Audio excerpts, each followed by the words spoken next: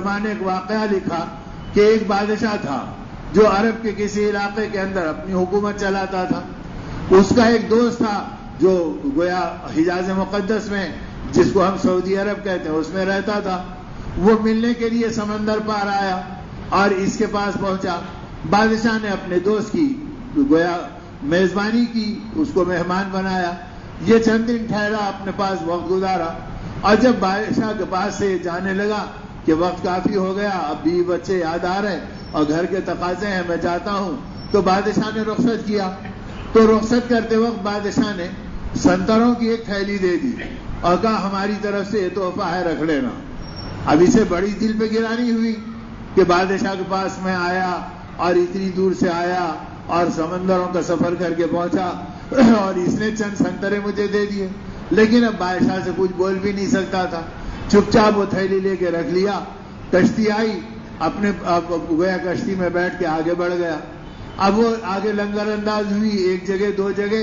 اب ایک جگہ جب لنگر انداز ہوئی تو پتا چلا کہ اس ملک کے بادشاہ کی فوج یہاں کشتیوں کے پاس آئی ہوئی ہے اور وہ کشتی میں کچھ ٹٹول رہی ہے.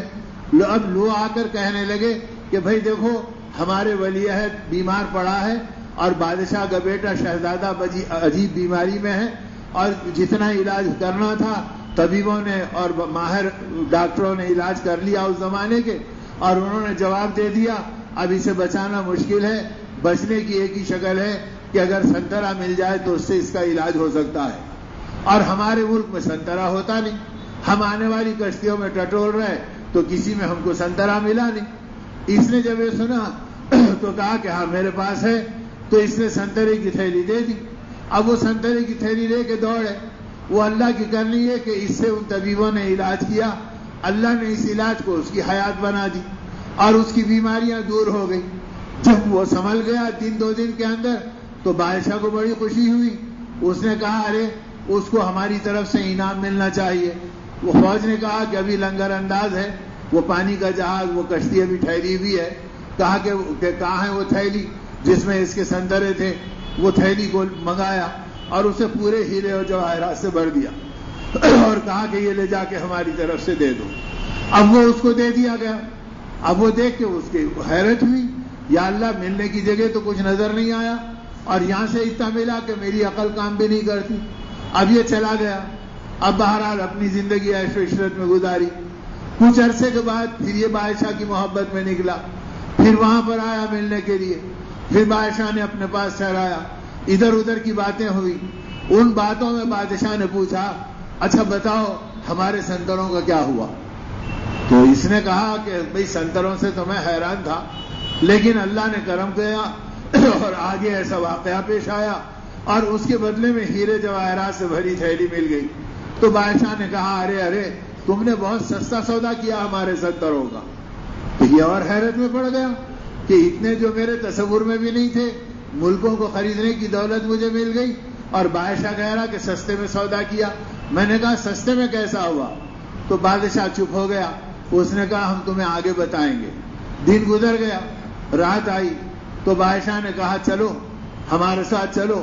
اب وہ اٹھا اور اپنے کپڑے اتارے اور وہ پرانے پھٹے کپڑے جس کے اوپر داغ دھبے لگے ہوئے تھے وہ پہن لیے اور اس کو ساتھ لیا، اپنا بھیس بدلا اور نکل کر ایک لوہار کے پاس پہنچا اور جا کے کہا کہ وہ سیٹ صاحب مزدور آ گیا مزدوری کرنے کے لیے. اب اس لوہار نے ڈانٹا اور کہا 3 دن کے بعد آئے ہو، کہاں تھے؟ کہا کہ نہیں بڑی مجبوری تھی. کہا ایسے بھی کام چلتا ہے، اگر کام کرنا تو پابندی سے آؤ ورنہ راستہ دیکھو ہمارے ہاں کام نہیں ملے گا. کہا بھائی کچھ کام دے دے. کہا جاؤ بھٹی کے پاس بیٹھو اور ذرا لوہا موڑو. اب یہ بھٹی کے پاس بیٹھ گیا اور منہ سے پھونکنے بھی لگا اور آگ پھونک کے بھڑکانے بھی لگا، لوہے کو گرم کر کے موڑنے بھی لگا. اب اسی میں وقت گزرا. وہ سارے کپڑے اسی داغ دھبوں کے اندر کالے پیلے ہوتے تھے اور اس کا چہرہ بھی اسی دھویں کے اندر پورا برا حال بن جاتا تھا. صبح کی نماز سے پہلے تک 4 بجے رات تک یہ کام کرتا رہا اور کہا میرا کام ہو گیا مزدوری دے دو. اس نے کچھ پیسے پھینکے، یہ بادشاہ مزدوری دے لیا آ گیا اور آنے کے بعد کہا کہ یہ سارے خزانے میں رعایا پہ خرچ کرتا ہوں اور اپنی ضرورتیں ان پیسوں سے پوری کرتا ہوں اور یہ حلال مال کے سنترے میں نے تمہیں دیے تھے. جس میں اللہ نے اتنی برکت تمہیں دی. تو فرمایا حلال کی برکتیں الگ ہی ہوتی ہیں. آخرت میں جو کچھ ملے گا وہ ملے گا. دنیا میں خدا نسلوں کے ساتھ بھی یہ معاملہ کرتے ہیں بشرطے کہ آدمی ان چیزوں کو پہچانے.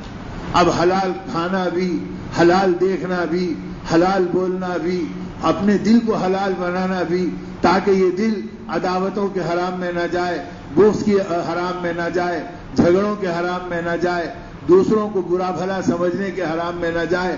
حدیث پاک میں آتا ہے کہ آدمی کی ہلاکت کے لیے یہ کافی ہے کہ یہ کسی کو حقیر سمجھے. یعنی کسی کو حقیر سمجھنے کی اجازت حضرت محمد رسول اللہ صلی اللہ علیہ وسلم نے اپنی امت کو دی ہی نہیں. کیا پتا کہ آج جسے تم گناہ گار سمجھ رہے ہیں وہ توبہ کر کے کل ولی کامل بن جائے اور تمہارا تکبر تم کو ہلاک کر دے اور تو اللہ کے ہاں تمہارے اعمال کی کوئی قیمت باقی نہ رہے.